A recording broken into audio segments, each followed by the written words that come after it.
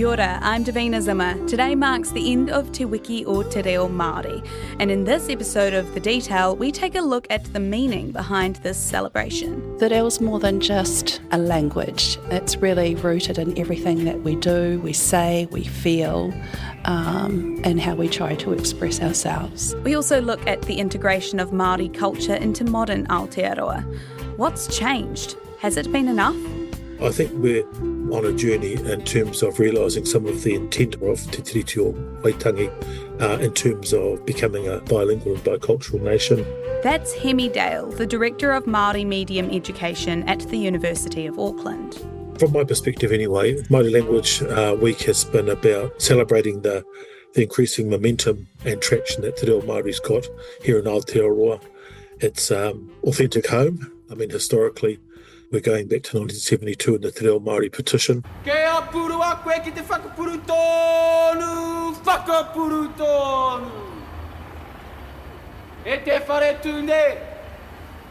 Kei te kukunetanga mai Hawaii ki ko te 1972, the year where Māori representatives of Ngā Tamatoa, Victoria University's Te Reo Māori Society and the New Zealand Māori Students Association presented a petition to Parliament calling for the recognition and revitalisation of Te Reo Māori.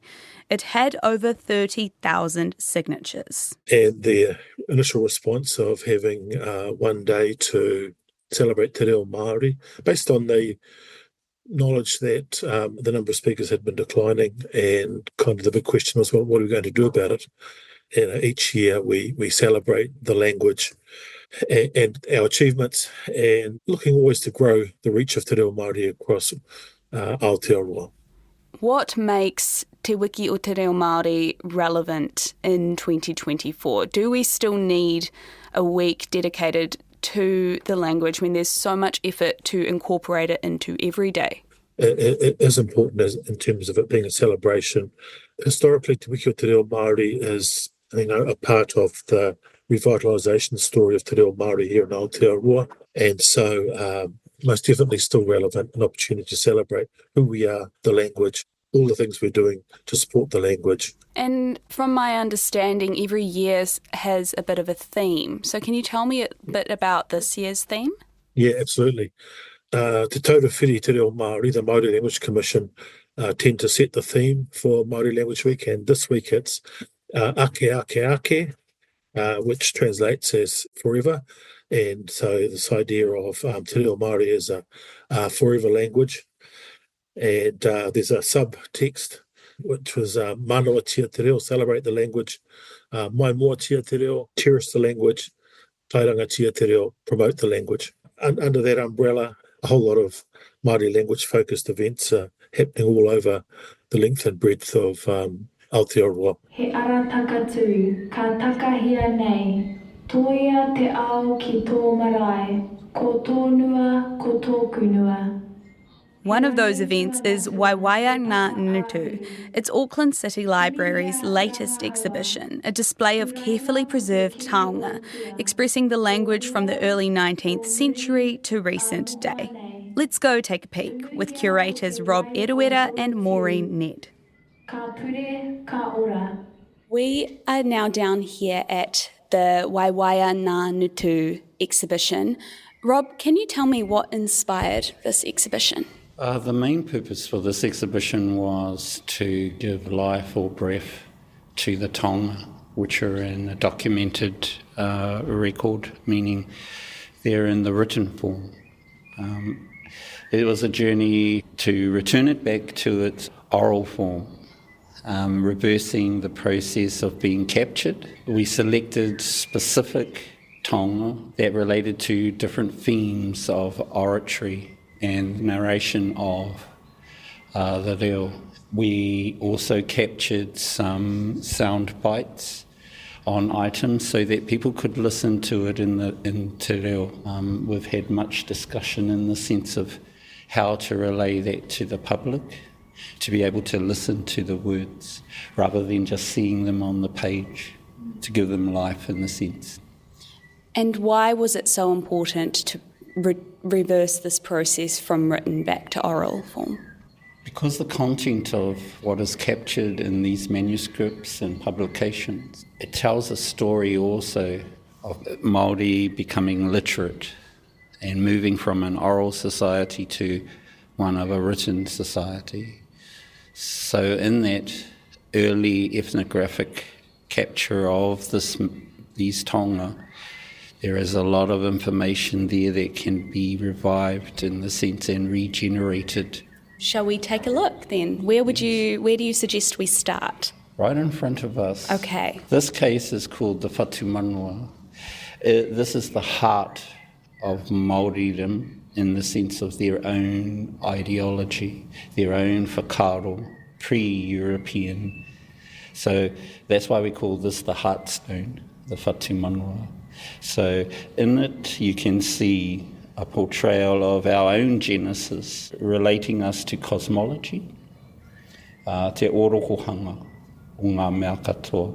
So how things came into being from the star constellations right through down to human form. What is significant about this capturing is that it relates how interconnected we are to the environment, ngā atua. So what's over here next to this plan? Well, these emergence chants are all for memory retention, so they're recitals. Shall we move on to the next? Where shall we go to from here? I think where we start in the sense, this map is one of the earliest stats collected. And this is interesting because it says the population of Māori in 1844 was 107,000. So to say that there were only 107,000 Māori and speakers of the language in 1844 I found interesting. The reason why this has been selected and put on the wall. And here you have a book which gives you even the individuals' names. And this book has every single one of those people listed? Oh, what they could collect. What they could collect, okay. Look, New Munster, New Ulster. So this is what they were called, North and South Island. The first parliament was actually in Australia, so they had not established parliament here. So the first administration was coming from Australia. Let's move on to this section of the exhibition, which you say is the most important part, Rob. Yes. And why is that? The most important part, well, this is the Pūrākau case. And the taonga that's sitting in here is representing specific reo. This reo is from Te Reo Māori and tells the story of the scant, half-pornographic thing. We mitigated that, and I laughed. I said, I haven't told them about that. I've been able to put a pornographic naked man running on the wall and with scathing hinemo, hopping out of the pool. This tells the story about a warrior that taunted the Te Raroa people because he's from Te Reo Māori. So it's kind of a rivalry, and I'm from Ngāpuhi, but I've got lineage and connect to all these other iwis of the north. So he's just cheekingly going in and raiding their kumara and then taking them home to cook kua for his mum. And then he filled all his kits, and then he was seen by the people.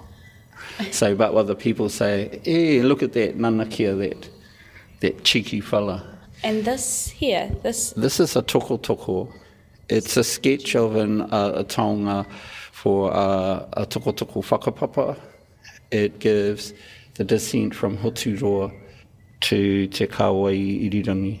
It's from Hoturoa, who was the captain of the Tainui canoe, and down to the person, one of the chiefs from Maniapoto. So it's a descent line, so it's a pūrākau in the sense, the original form of pūrākau, the word used for pūrākau. Mm-hmm. So this toko is actually a pūrākau, the physical form of that taonga. It helps for retention and recital. So each of those names, those people have stories about them. So that's how their actual whakapapa worked. It wasn't just genealogy, it was knowing what they did, who they met, who they fought with, who they liked, who they didn't like, so it was rich. Knowing the full story behind Yes. it, not just the one person. That's like those whakapapa on those page, the stories about them. This case, which is very interesting, is Maureen was curator for this case. So I'll hand it over to Maureen. Let's bring back Maureen. Yes. Kia ora, Maureen. What are we looking at here? What we have here are 8 cards which have been taken from the New Zealand Book of Grammar. And these cards were actually used by the missionaries to teach Māori how to read and write in Te Reo. So what you see here is the capture of the spoken language put into written language. So the actual book that we have here, A Grammar and Vocabulary of the Language of New Zealand, was published in 1820, and I find it really fascinating that a lot of this work was already going on early 1800s. In terms of converting Māori into being more English, the way that the missionaries did that was through learning the language, capturing it, and being able to engage with Māori through the use of their own language, and through that came the conversion. What I'm really excited about with the capture of a oral language into a written form, like how do you even do that? How do you start that? So, of course, there are 2 books prior to this one where Thomas Kendall was part of the collation of this item. Prior to Thomas Kendall, we also had Tuai and Tui, who were over in Cambridge in England in the early 1800s. So there's been quite a lot of bit of work around the publication of this item. People more than likely assume that Māori learnt how to read and write in English, but in fact it was the opposite. So they first learnt to read and write their own language. In their own language, yeah. And so we've got the alphabet here, and then the syllables are the following 3 pages here. And then what do we have over these other 4 cards? So the other cards here, we've got familiar dialogues, and this is where you see the instruction of religion coming through. So it's very, very early in written form. And so the children and adults are learning the reo through these dialogues as well. And as you saw on the very first card, it's the alphabet. So naturally they've applied the A to Z. And so as you see in some of these cards and later on in some of the copybooks, you'll see letters that were introduced right at the beginning but we no longer use today. I was going to say, because the Māori alphabet, correct me if I'm wrong, it has 15 letters. And so I can see some words here written with, like there's one with D. That's correct, yeah. And that's quite unusual to see a Māori word written with D, isn't it? Yes, so that's just a really good example of how they're trying to still find the phonetics around the sounds. And so you do see the D represented, and today it's probably more of an R. This particular publication here by Thomas Kendall was basically the main source for all the missionaries, regardless of the denomination, to use these cards and to go throughout Aotearoa, New Zealand, and to teach. So there has been criticism over the cards, but at that time the missionaries found that they couldn't do a better job themselves. So 1,000 of these cards were printed for the use of instruction to the natives, and these are the only known surviving copy. Moving on to this case, what are we looking at here? So what you're seeing here are 3 copybooks from 3 students, 3 boys, who attended one of the first native schools in New Zealand, Rangihaua. The handwriting is absolutely beautiful, but the other thing you will notice is that we've got the dates in there.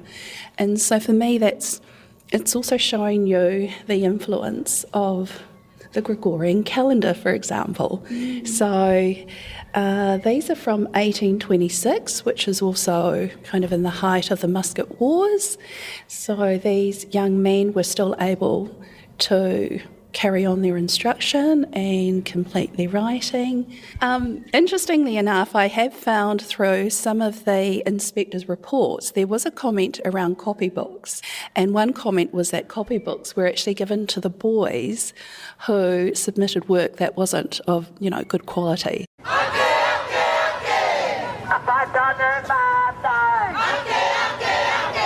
As you come into the exhibition, if you have a look around, we've actually organised it in themes, and part of that is to show you the difference with Te Reo and how it's being used, as well as the kupu that pertain to that particular case. So I just kind of reflect on some of my journeys, and one was around really being mindful of the kōrero, of the kupu that you use, because back in the old days, your word meant everything. You couldn't take it back. And so what I was told by one of my kaiako was that you kind of spoke when you really needed to, and that you had to be mindful of what you did say, because words are very powerful. Words can make people feel amazing, and they can make people feel like absolute crap.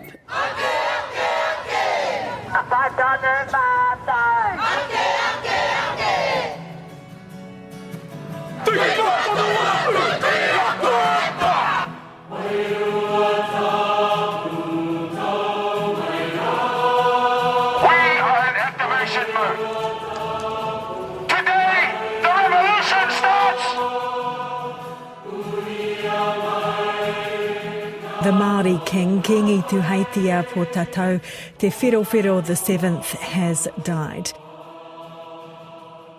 In May, government policies brought thousands of Māori and their supporters out onto the streets to protest, demanding a more equal system. And about a month ago, Kingi Tuheitia passed away and his only daughter stepped up to the throne. It's been a big year, to say the least, so does this Te Wiki o Te Reo Māori carry an extra high sense of importance? Here's Hemi Dale one more time. There's been a lot of positive work that's happened in the Te Tiriti space in terms of enacting the intent of Te Tiriti, in terms of Aotearoa being a bilingual and bicultural nation, acknowledging Māori as tangata whenua. The politics of the moment has sort of brought in an element of uncertainty around Te Tiriti. We're awaiting David Seymour and the ACT Party's Treaty Principles Bill, and there's been certainly a response at some of what may look to sort of claw back some of those gains that have been achieved over the years. In terms of those aspirations we have around tino rangatiratanga, which is one of the fundamental elements of Te Tiriti. In terms of Te Reo Māori, the national government, Christopher Luxon, our Prime Minister, talked about having the English name of government departments given primacy and the Māori name being secondary. And the argument advanced there was, in doing so, we ensure clarity. He was questioned in that interview, which I found quite amusing, when he used Wakakotahi and a couple of other Māori names as he was talking there, and when challenged as to, hang on the one hand you're saying we should give the English names primacy, and here you are using Māori names. His response was to say, yeah, well, we understand what those ones mean.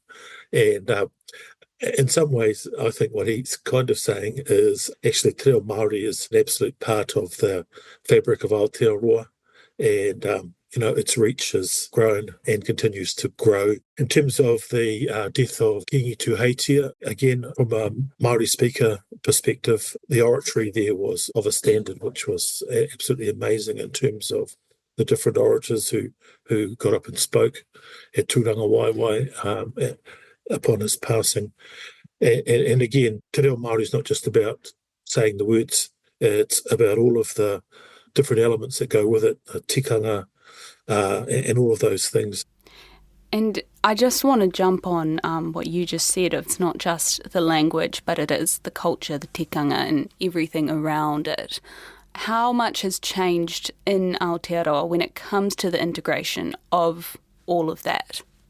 Well, one of the visible signs is that the classes that have got waiting lists now, Te Reo Māori classes, there's an appetite out there to learn the language. And also, I think that normalisation element too, that if I'm watching TV1 News, TV3 News, I can expect a certain amount of Te Reo Māori, and I know there are some who aren't necessarily supportive, and I get that. But in terms of how we acknowledge our bilingual, bicultural heritage, it's seeing Simon Dello start the TV1 News with Kia ora tātou, and this week, of course, we've had all the place names in Te Reo Māori. When the weather forecast is read, we could think about growing Te Reo Māori week to a month, a year. I think that's all achievable too. And the other things too are happening too in the space.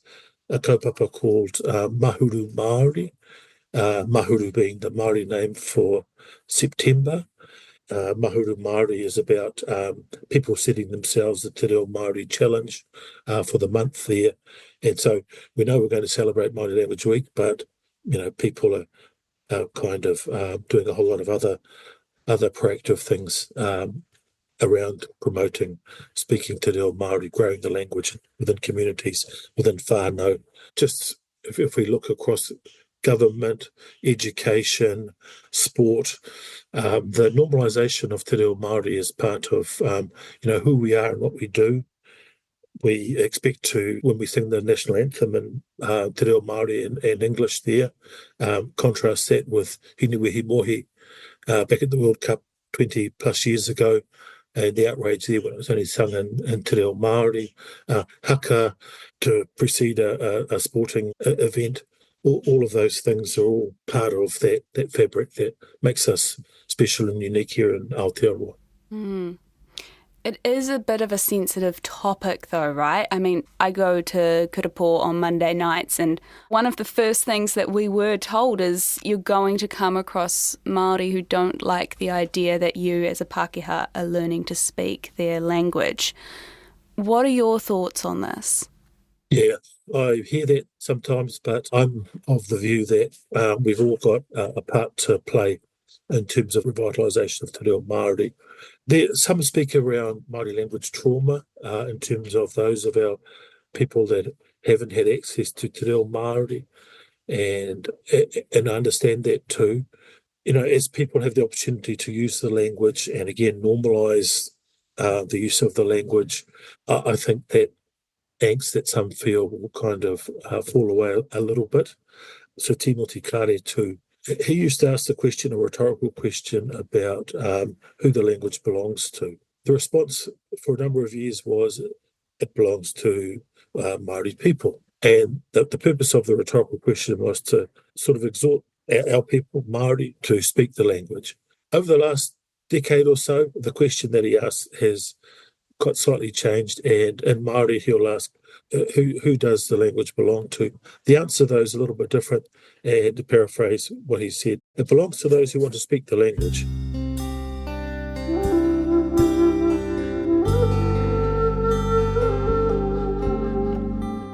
And I think subtly what he's saying is we need to embrace all of those who are inclined to be speakers of Te Reo Māori, and provide opportunity by the same token for people to grow in terms of their proficiency.